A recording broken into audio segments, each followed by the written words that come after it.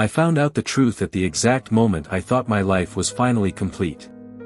I was standing in our kitchen, still wearing my work clothes, holding her phone in my hands while it vibrated again and again. I wasn't trying to spy. I wasn't suspicious. I was just answering a call because the screen kept lighting up with the same name, over and over, like it was urgent. And in a way, it was. Because that call was the first crack in everything I believed about the woman I loved, the future I imagined, and the life I thought I was building. I remember my chest tightening, my ears ringing, and this strange sensation that the room was shrinking around me. In that moment, before I even answered, I felt something was terribly wrong, even though I still didn't know why. I didn't always believe in love like this. For most of my life, I kept my emotions guarded, convinced that deep attachment was just another way to get hurt. But when I met her, all of that started to change in ways I didn't expect. She came into my life quietly, without drama, without forcing herself into my space. We met through mutual friends at a small gathering that was supposed to be forgettable. I remember noticing her laugh before I noticed her face. It wasn't loud or forced. It was warm, effortless, like she was genuinely enjoying the moment instead of trying to impress anyone. When we talked, she listened. Really listened. And that alone made me feel seen in a way I hadn't felt in years. At the beginning, there was nothing flashy about us. No grand gestures, no expensive dates.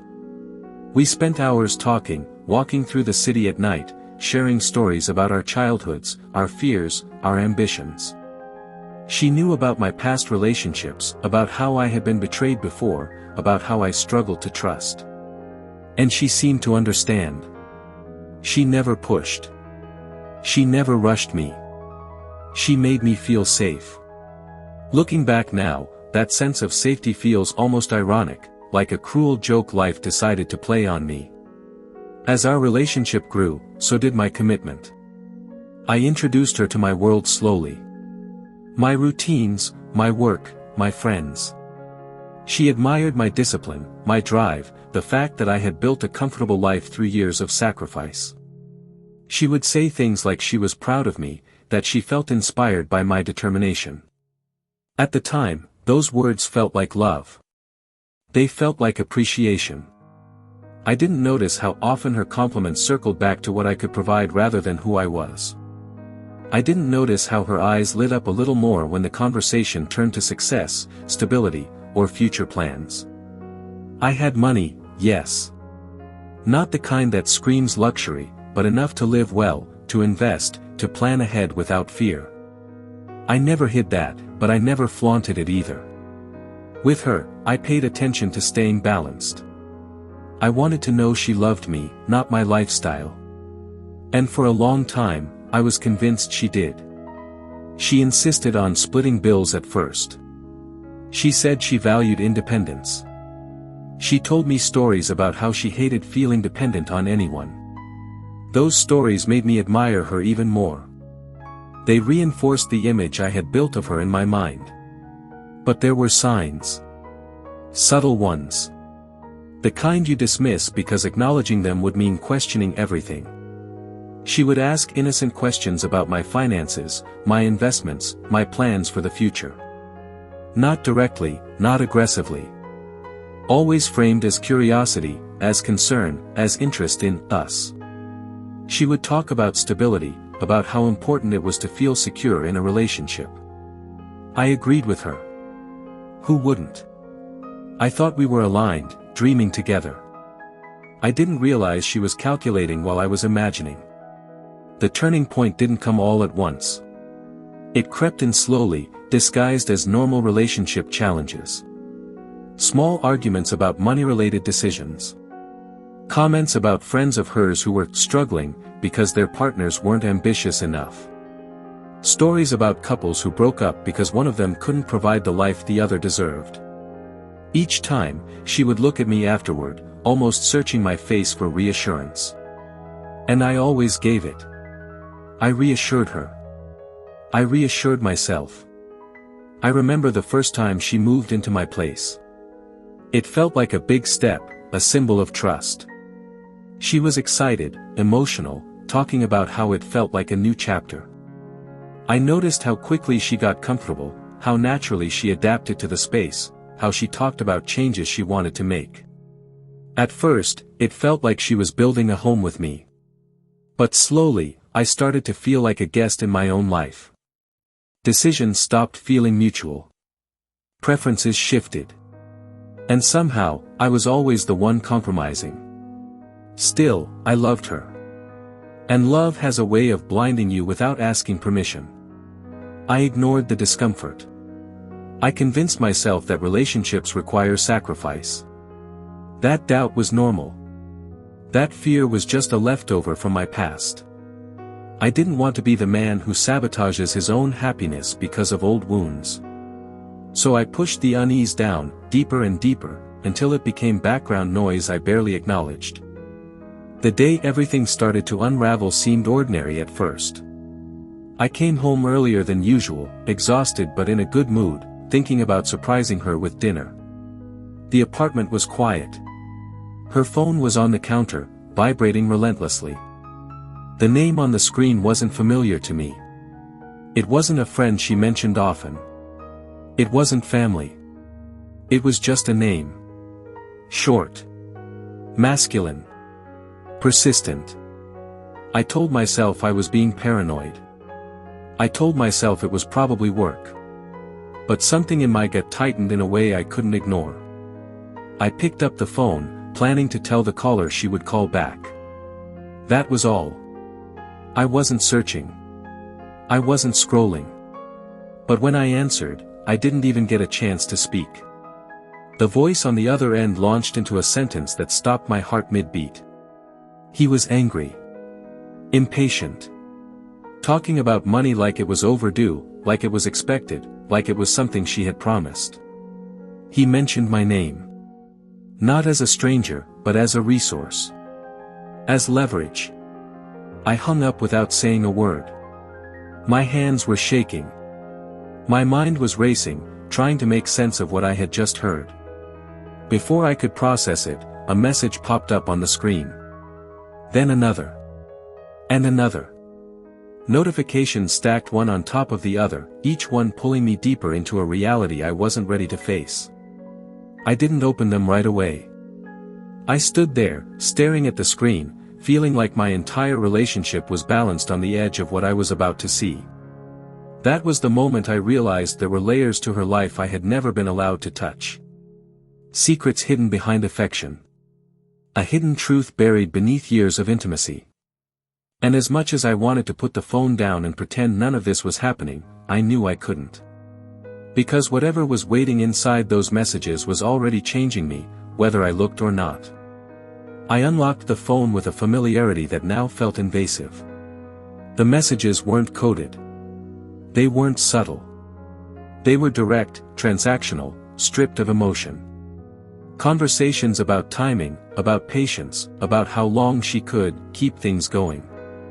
Mentions of gifts, expenses, expectations. And there it was, spelled out in a way that left no room for interpretation. She wasn't just with me out of love. I was part of a plan. A source. A means to an end. I felt sick. Not just betrayed, but foolish. Every memory replayed itself in my mind with a different tone, a darker context. The affection, the reassurance, the future talk. All of it suddenly felt staged. Calculated. Like I had been living inside a story written by someone else, unaware of the ending. I wanted to scream. I wanted to wake up from what felt like a nightmare. But the words on the screen didn't disappear. They stayed there, heavy and undeniable. When she walked through the door minutes later, smiling like nothing had changed, I realized something else. This wasn't just about money. It was about power. About control. About how deeply someone can embed themselves into your life while hiding their true intentions. I looked at her and wondered how long she had been lying to my face, how many times she had said, "I love you," while thinking about what I could give instead of who I was. She noticed my silence. She asked what was wrong. Her voice was soft, concerned, familiar. And in that moment, I understood how dangerous emotional manipulation can be. Because even then, even with the truth burning in my hands, part of me wanted to believe her explanation before she even gave one. That's how deep it went. That's how carefully the illusion had been built. I didn't confront her right away. Not because I was afraid, but because I needed to understand the full scope of the betrayal. I needed to know if this was a recent shift or if our entire relationship had been rooted in deception. I needed to see how far the dark past stretched, how many lies were layered beneath the surface of what I thought was love. And as I sat there, pretending everything was normal, I realized this story was far from over. What I had discovered was only the beginning, and the choices I was about to make would define not just the end of this relationship, but the way I would trust, love, and see myself from that point on. I spent the next few days living beside her like a stranger pretending to be a partner. Every word she said felt double-edged. Every smile carried a question I couldn't ask yet. I watched her closely, not with love, but with a growing sense of disbelief. I noticed how often her mood shifted based on small things related to money. How she became distant when I talked about cutting back on expenses, and suddenly affectionate when I mentioned a bonus or a new opportunity at work. It was subtle enough that, before, I would have dismissed it. Now, it screamed. At night, lying next to her, I felt the weight of everything I hadn't said pressing against my chest. She would rest her head on my shoulder, tracing patterns on my arm, whispering about our future. Marriage. Travel. A bigger place. Children, someday. And every time she spoke, I wondered who she was really talking to. Me, or the version of me she needed to maintain access to the life she wanted. The forbidden relationship I thought we had built on trust now felt like a carefully maintained performance, and I was the only one who didn't know the script. I started digging, not out of revenge, but out of necessity. I needed clarity to survive what was happening inside me. I went through old messages, old photos, moments I once cherished. I noticed how often she avoided talking about her past in detail. How vague she was about previous relationships.